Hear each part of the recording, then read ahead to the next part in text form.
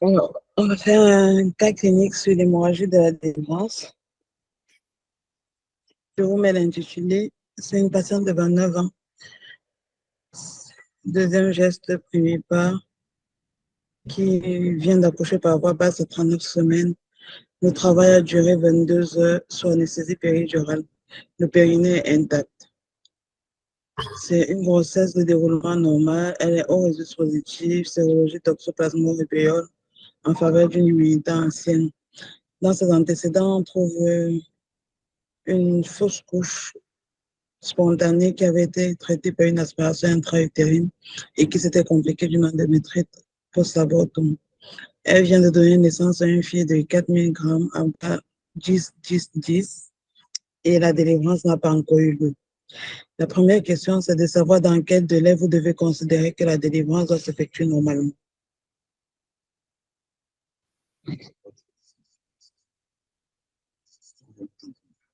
Je te essayer de répondre. Ah. La délivrance est de 30 minutes. Dans les Au moins 30 minutes. Dans les 30 minutes. Formez les phrases comme vous allez poser sur vos copies. Vraiment. Le délai qu'on doit considérer pour la délivrance doit avoir lieu au moins 30 minutes après l'accouchement. Je n'ai pas de doute que vous savez tout ça. C'est juste comment écrire, comment poser sur la copie. Donc, la délivrance normale doit avoir lieu dans les 30 minutes qui suivent l'accouchement. Là, on est tous d'accord. On vous dit que 20 minutes après l'accouchement, la délivrance ne s'est pas effectuée et que vous constatez une hémorragie d'origine endovaginale, brutale de sang rouge de moyenne abondance, mais qui continue. La pression artérielle a chuté, elle est passée de 120 sur 70 à 80 sur 50. La question qu'on vous pose, c'est quel est votre diagnostic?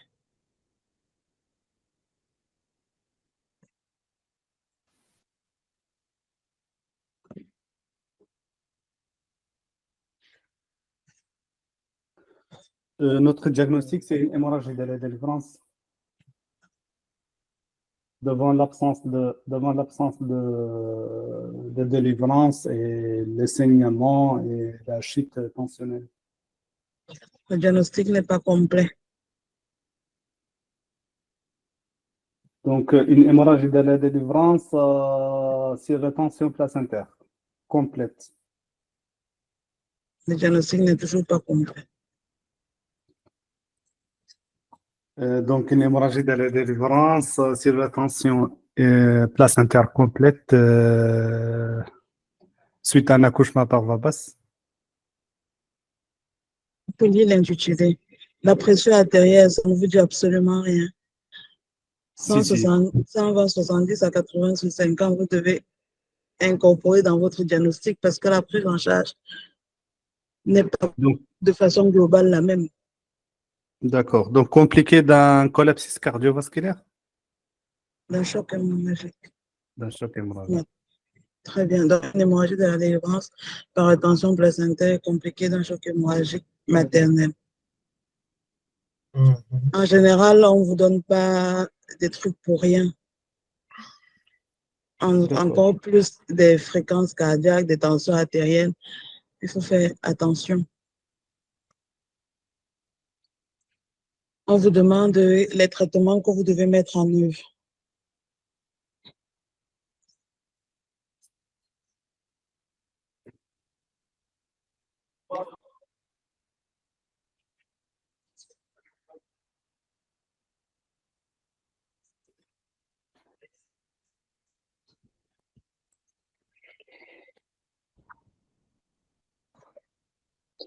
Bon, je vais y aller. Oui. Déjà, chez cette patiente, nous allons signifier que c'est une urgence. C'est une urgence vitale. Et puis, comme traitement, on doit d'abord, premièrement, assurer la vacuité utérine et l'intégrité de la filière génitale. Dans la vacuité utérine et l'intégrité de la filière génitale, on doit avoir fait une révision utérine. On doit faire une délivrance d'abord artificielle suivi d'une révision utérine. Et puis, on doit essayer de faire aussi un examen soval du col et du vagin pour rechercher probablement des lésions cervico-vaginales. Et puis après, après ça, nous allons assurer la contraction utérine. Contraction utérine, nous allons faire une perfusion d'ocytocine pour favoriser la retraction utérine. La perfusion d'ocytocine, on peut mettre à une dose de 40 unités internationales. Et puis, on fait un massage utérin pour obtenir un bon globe utérin. Après, maintenant, il faut aussi noter que ça demande l'appel des intervenants tels que l'obstétricien, l'anesthésiste. Maintenant, on doit faire de façon simultanée aussi une réanimation médicale. Donc, on doit poser une deuxième voie veineuse, la première dans la première. On doit placer un scope cardio-tensionnel pour voir une surveillance du cours de la tension artérielle. On doit mettre la patiente en position de Trendelenburg. On doit aussi lancer les bilans biologiques tels que la NFS, groupe sanguin aux yeux, plaquettes, bilan d'hémostase, TPTCK, TCA, et D-Gmail, PD. On doit essayer de voir en cas de si on peut faire une transfusion des culots globulaires. Oui, une transfusion des culots globulaires. S'il y a aussi nécessité de faire un traitement antifibrinolytique à l'acide tranexamique.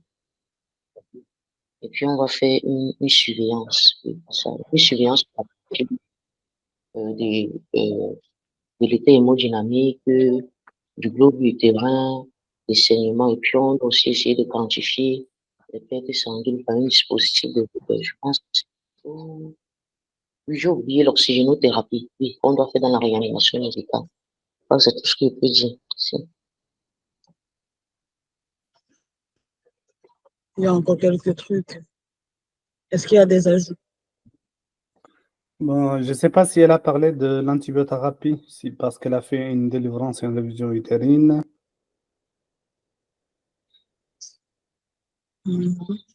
Et du bilan biologique.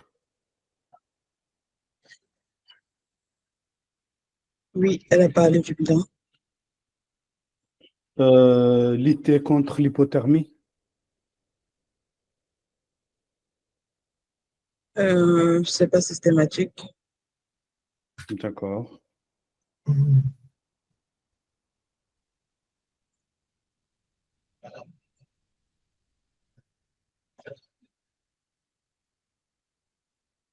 Donc, elle a dit c'est une urgence vitale, ça doit figurer sur votre copie. C'est obligé. Donc, il est nécessaire de quantifier les pertes sanguines par la mise en place d'une poche de recueil. Parce que cette quantification-là, c'est ça qui vous permet de décider rapidement de passer à d'une méthode à une autre. Vu qu'on sait que pour la gestion de l'hémorragie de la délivrance, il y a plusieurs temps. Il y en a 3. Donc, vous devez quantifier les pertes, savoir à quel moment vous devez arrêter telle chose, passer au suivant. Donc, il faut réaliser précocement et simultanément un traitement obstétrical et une réanimation médicale. La vacuité utérine et l'intégrité de la filière génitale, il faut s'en assurer. Donc, délivrance artificielle en urgence suivie d'une révision utérine. L'examen sauvage du col du vagin à la recherche d'une lésion cervico-vaginale à suturer. On nous a dit que le périnée était intact. Il faut assurer la contraction utérine, elle l'a dit. N'oubliez pas, le massage utérin, c'est la première des choses. Vous lui mettez une sonde vésicale à 2 mains. C'est plus pour surveiller la diurèse, mais ça peut également être en faveur pour votre massage, pour que votre massage utérin soit efficace et que l'utérus se contracte. Vous mettez votre perfusion d'ocytocine, le scope cardio-tensionnel. Vous devez traiter simultanément le choc hémorragique, position de Trendelenburg. Appelez tous les intervenants, l'a bien dit, obstétricien, anesthésiste, IAD, ils doivent être présents. Une deuxième voie veineuse de bon calibre. Je ne sais pas si elle l'avait dit. Expansion volémique par les cristalloïdes. bilan de coagulation complet avec une commande prévisionnelle des couleurs globulaires et une transfusion en fonction de la tolérance maternelle. Oxygénothérapie nasale, prendre en charge une éventuelle coagulopathie associée. C'est possible de donner un antifibrinolytique, l'acide tranexamique, LAG, et il vous faut une feuille de surveillance spécifique où on va te marquer tout ce qu'on fait et à quelle heure avec les doses. La dose cumulée maximale de l'ocytocine, c'est 40 unités. Il y a des services où on met en pouce seringue ou il y a des services où on passe par poche de 10 unités. Là, à ce niveau, chacun a son protocole. Mais les doses max sont les mêmes pour tout le monde, 40 unités. Surveillance hémodynamique continue. Il faut savoir si votre patiente tolère, si elle ne tolère pas, il faut la transfuser ou il faut passer au deuxième temps. Donc, la surveillance, c'est la surveillance de la tension, la fréquence cardiaque, le tonus utérin, les métrorragies, la diurèse, parce qu'elle peut faire une insuffisance rénale aiguë secondaire au saignement. Donc, tout à l'heure, elle avait pratiquement tout cité. Il manquait position train de Limbourg. La deuxième voie venait de bon calibre. L'expansion volumique avec les cristalloïdes. Et la feuille de surveillance spécifique.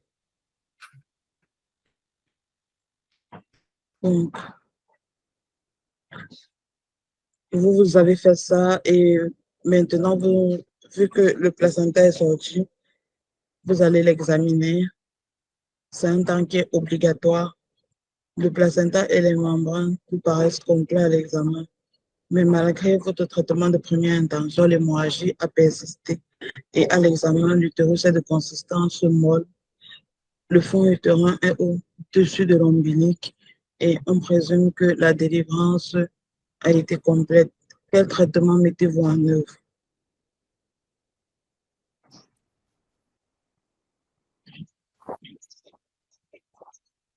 Alors, en cas d'échec du premier temps de traitement, on va passer au deuxième, c'est arrêter l'ocytocine, passer aux prostaglandines en absence de contre-indication, c'est le Nalador, récupérer les bilans que nous avons déjà lancés à la recherche de troubles de la coagulation. Et si nous avons une baisse d'hémoglobine très importante, on peut déjà commencer la transfusion sanguine. Et on doit continuer la réanimation médicale et la surveillance maternelle rapprochée. Et on peut procéder également au tamponnement intra-utérin par le ballonnet de Bakri qu'on peut gonfler de 250 à 500 cc. Et on doit préparer également le bloc opératoire.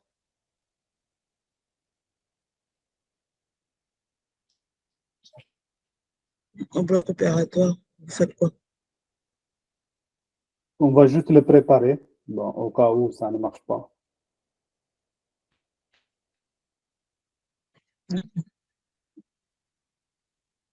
Moi, je ne me serais pas du tout arrêtée là pour la question.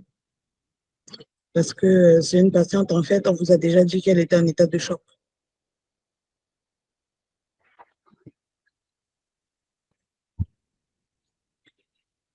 Donc, on passe au troisième temps. Parce que si vous voulez, c'est une patiente qui a une anatomie utérine qui ne répond pas à l'ocytocine. Oui, ça peut répondre au Nalador. Oui, c'est possible. Ou avec le tamponnement intra-utérin, ça peut s'arrêter. Là, on ne vous a pas donné la quantité de perte sanguine, mais on vous a quand même dit qu'elle est en état de choc. Ouais. Moi, j'aurais abordé ça en listant tout ce qu'on peut faire après. Vous lui avez posé un ballon de batterie, elle est instable. Bon, si on arrive à la stabiliser, vous la laissez comme ça ou bien... Si on Moi, n'arrive pas à j'aurais le cité stabiliser, d'accord. Donc, si on n'arrive pas à le stabiliser, ça sera un traitement chirurgical en urgence, soit un traitement conservateur à type de triple négatif ou Lynch, soit et si l'hémorragie persiste, on va passer à l'hystérectomie de l'ulcère. Je pense que l'embolisation radiologique n'est pas indiquée parce que c'est une patiente qui n'est pas stable. Oui, mais vous pouvez dire radioembolisation des artères utérines si la stabilité de la patiente le permet, mais il faut citer. Alors, D'accord. en regardant les anciennes épreuves, ça dépend. Ce n'est pas un sujet qui vient seul. C'est un sujet généralement qu'on vous donne après les grossesses juvéniles, vu que c'est un facteur de risque avec la surdistension utérine, ou qu'on vous donne après les menaces d'accouchement prématuré. Mhm. Peut-être parce qu'il y a eu une fièvre maternelle et ça potentialise l'hémorragie de la délivrance. Mais en général, ils posent des questions successives, un peu comme dans le cas où ils essaient de voir si vous savez qu'il y a plusieurs temps. Mais des fois, vous n'aurez pas des questions sur les 3 temps. Si vous avez une question sur le premier temps et que la suite, il y a un deuxième temps, s'il n'y a pas de troisième temps sur l'épreuve, mettez tout à la deuxième D'accord. question.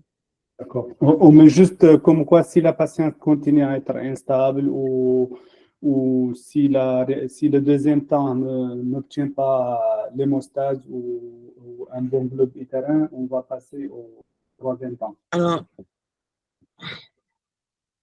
donc, vous dites, après l'échec du traitement de première intention, qu'on a bien conduit, on passe au traitement de deuxième intention.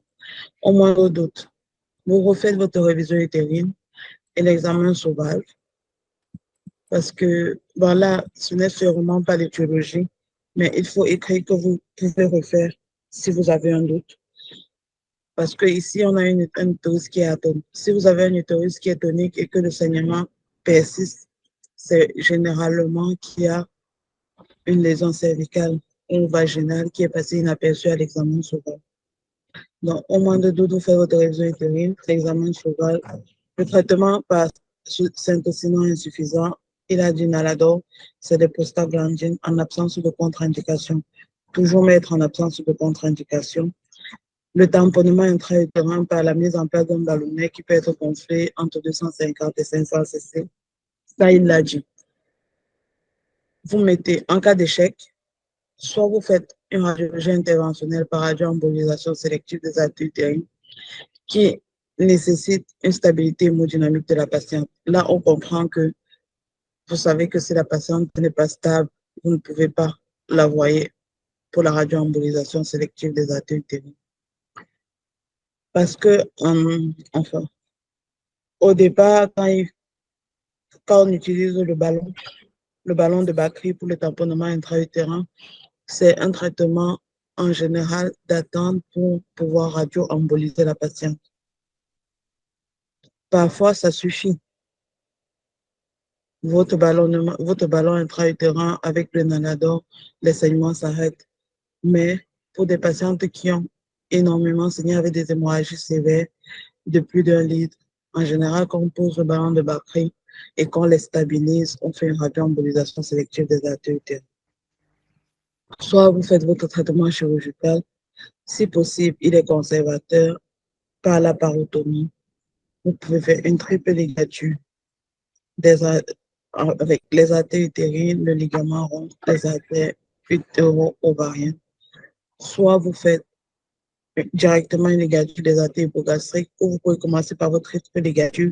Si ça ne suffit pas, vous passez à la ligature des artères hypogastriques. Vous pouvez aussi soit choisir juste les méthodes d'application, la technique de chaud qui permet de comprimer et de mettre les fesses utérines l'une contre l'autre et ça arrête le saignement, ou un bilinge pour faire une compression de l'utérus. Si ça ne marche pas, on est parfois obligé de faire un traitement radical par hystérectomie de moustache pour un sauvetage maternel. En dernier recours, bien entendu. Vous n'oubliez pas de mettre que vous poursuivez la réanimation médicale, il l'a dit, et que vous poursuivez la surveillance maternelle rapprochée.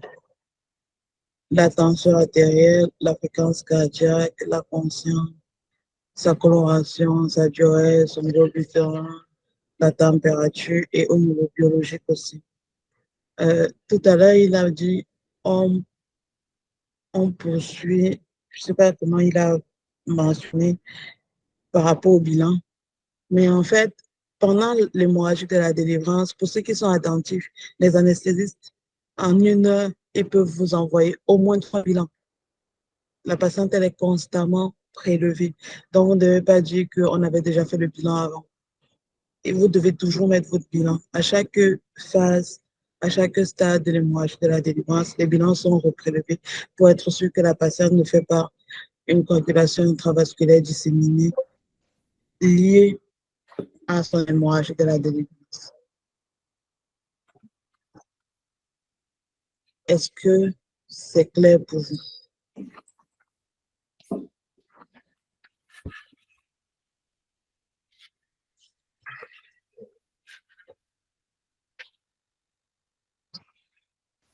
Est-ce qu'il faut parler de la prévention de l'alloïnisation ou pas dans l'hémorragie de la délivrance? Est-ce qu'il faut parler de... La prévention de l'alloïnisation. Normalement, oui. Mais après, dans l'urgence, je ne suis pas sûre que ça a sa place. Après, on vous a dit qu'elle est résus positif. Si elle est résus négatif, oui, vous pouvez mettre. Mais dans l'urgence, là, l'hémorragie de la délivrance, on n'y pense pas. Et en plus, on a 3 jours pour le faire. Donc. D'accord. Merci.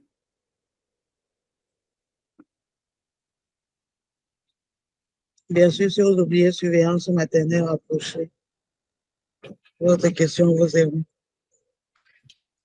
Donc, on vous dit que malgré votre prise en charge, la rétraction utérine, donc vous avez fait votre deuxième intention, vous êtes allé au bloc ou vous l'avez radio-embolisé et que la rétraction utérine est incomplète et que l'hémorragie persiste. On vous demande quel examen complémentaire vous réalisez et pourquoi.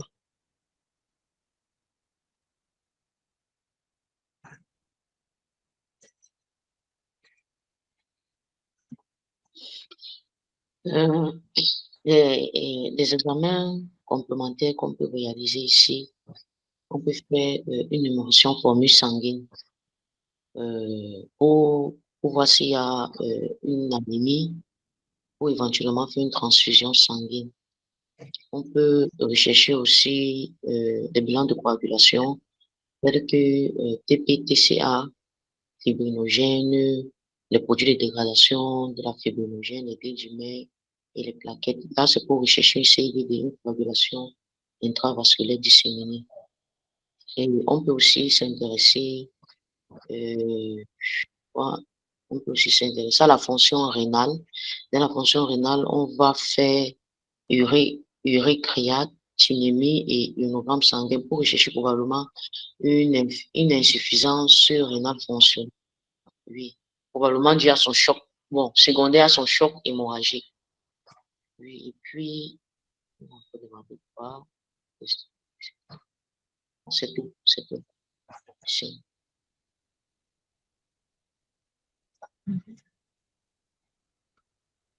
Donc, un bilan biologique en urgence, une numération formule sanguine, l'a dit, à la recherche d'une anémie pour savoir s'il faut faire une éventuelle transfusion sanguine, vu qu'elle continue à saigner. Un bilan de coagulation, plaquettes, TP-TCA, fibrinogène, facteurs de coagulation, les produits de dégradation de la fibrine, les dégimères, à la recherche d'une CIVD, enfin, coagulation intravasculaire disséminée. Les abréviations sont interdites. Après, NFS, TP-TCA, vous pouvez abréger parce que ça, tout le monde le sait.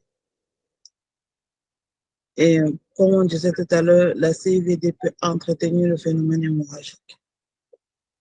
La fonction rénale, elle en a parlé pour rechercher une insuffisance rénale aiguë fonctionnelle secondaire au choc hémorragique avec votre ionogramme urécréate. Est-ce que vous avez des questions?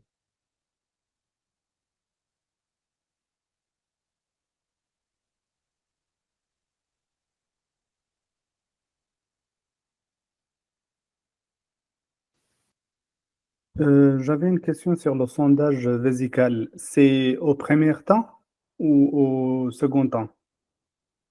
Au premier, Vous avez eu votre... moi, je le mets au premier. Honnêtement,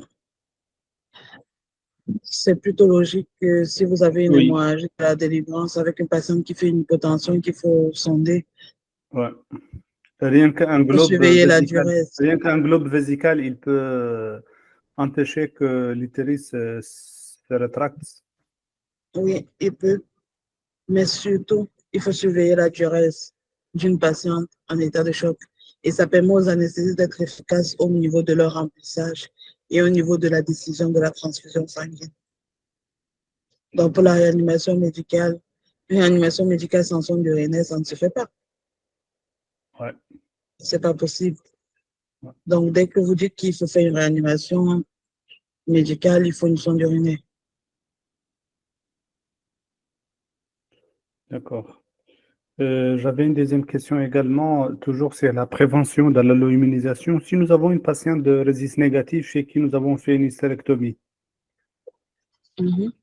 ce n'est plus indiqué de faire, ce n'est plus indiqué de faire une prévention de l'alloimmunisation. Moi, je le ferais parce que on Pourquoi? greffe des utérus maintenant. Il y a cette histoire de greffe d'utérus qui arrive. Donc, si demain, la personne a une greffe d'utérus et que ça marche et qu'elle veut son enfant, vous ne l'avez pas aidé. Et c'est là que le procès commence. D'accord.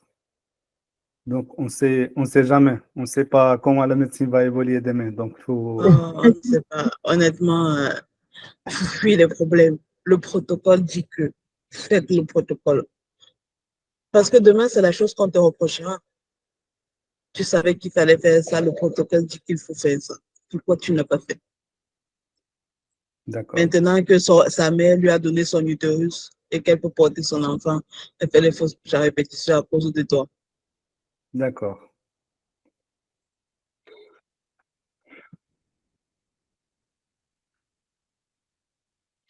Est-ce qu'il y a d'autres questions?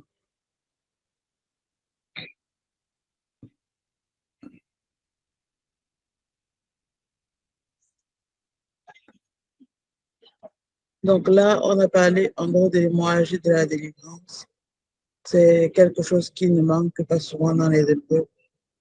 Je ne sais pas si en 2023, il y en avait, mais les années d'avant, chaque année, il y avait l'hémorragie de la délivrance. La seule chose qu'on n'a pas abordée dans le cas clinique, c'est les facteurs de risque que vous devez connaître Ouais.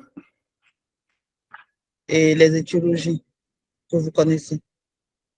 La Ouais. rétention placentaire La partielle ou chronologie. totale, l'atonie, les troubles de la coagulation et les lésions du tractus génital.